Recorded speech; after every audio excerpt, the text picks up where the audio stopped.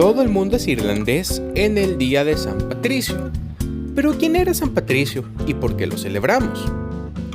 Los santos no son sobrehumanos. Eran personas que amaron a Dios en sus corazones y que compartieron esa alegría con los demás. Papa Francisco. El 17 de marzo, toda la gente alrededor del mundo se reúne para ver desfiles y hacer un brindis por la buena salud. La música, la comida y la bebida son teñidas de color verde y todo el mundo viste el mismo color. Pobre de la persona que sea descubierta sin llevar el color verde en alguna parte del cuerpo. Por supuesto, estoy hablando del día de San Patricio, que rinde homenaje a la vida y los logros de, adivinaste, San Patricio. Pero, ¿quién es este hombre que nos incita a celebrarlo más que a San Valentín y que sus festejos, podría decirse, inducen más a la embriaguez que el Mardi Gras? San Patricio nació en una época de inmenso cambio mundial. Durante el último siglo, antes de su nacimiento alrededor del año 385 después de Cristo. El gran imperio romano, que había dominado el mundo occidental durante casi 500 años, estaba acercándose lentamente al borde del colapso. Las tribus germánicas habían hecho pequeñas incursiones en la frontera noreste del imperio y estaban ansiosas por conquistar e instalarse en las ricas tierras del otro lado del Rin.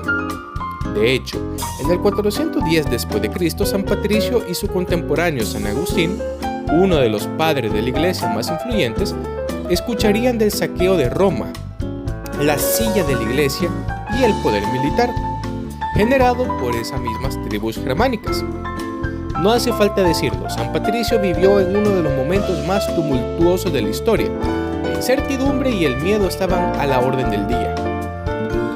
Nacido en Escocia, Patricio creció como hijo de diácono local, que era uno de los cargos políticos más influyentes en la ciudad romana.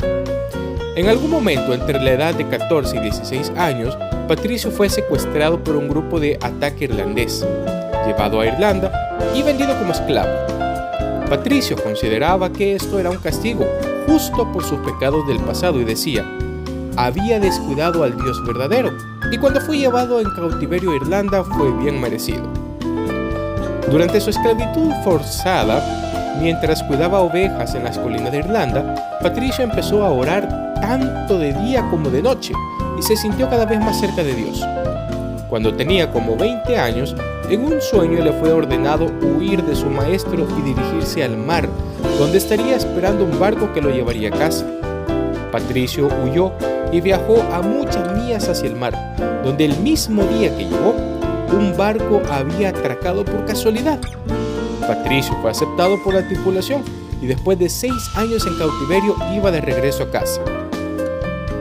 Poco después de que Patricio regresara con su familia a Inglaterra, él tuvo otra visión.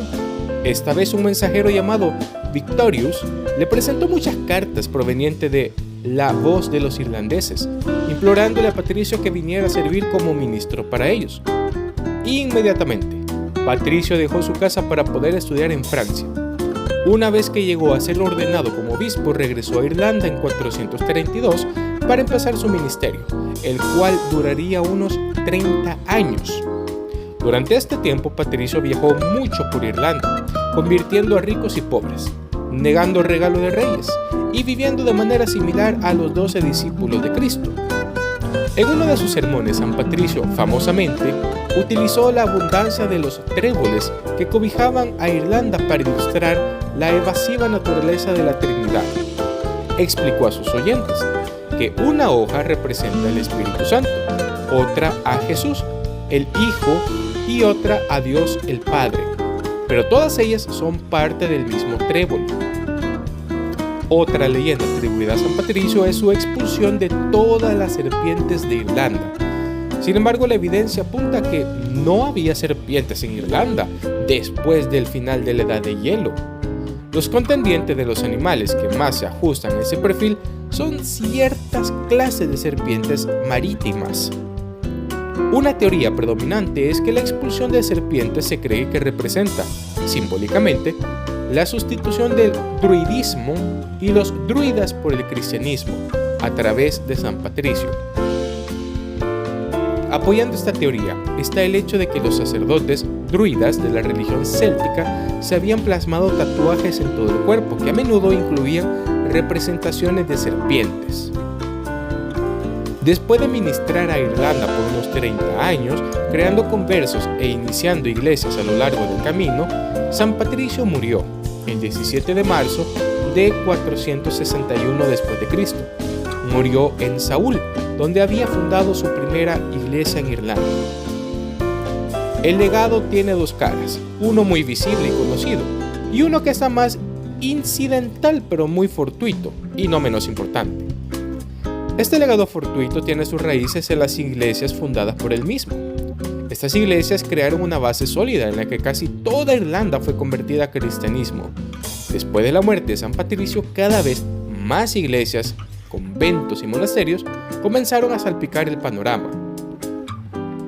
Debido a la distancia que los separaba de lo que se consideraba el mundo civilizado, Roma, los irlandeses fueron relativamente intocables por los invasores germánicos que arrasaron a lo largo de todo el Imperio Romano Occidental en el siglo V.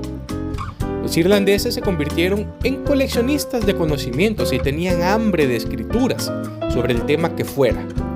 Los monjes irlandeses se hicieron famosos por la recopilación, transcripción y traducción de grandes cantidades de libros, desde la Biblia hasta las obras de Platón, Homero y Cicerón.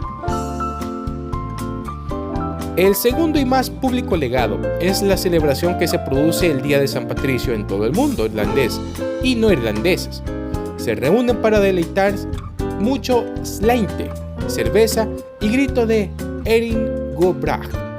Pero el 17 de marzo es un día para celebrar no solo todo lo que la cultura irlandesa ha dado y sigue dando al mundo, sino también para recordar a un hombre humilde que fue secuestrado de su casa, transformado por su relación con Dios y llevado de regreso a la tierra de sus captores con el fin de llevar el cristianismo a la gente que amó.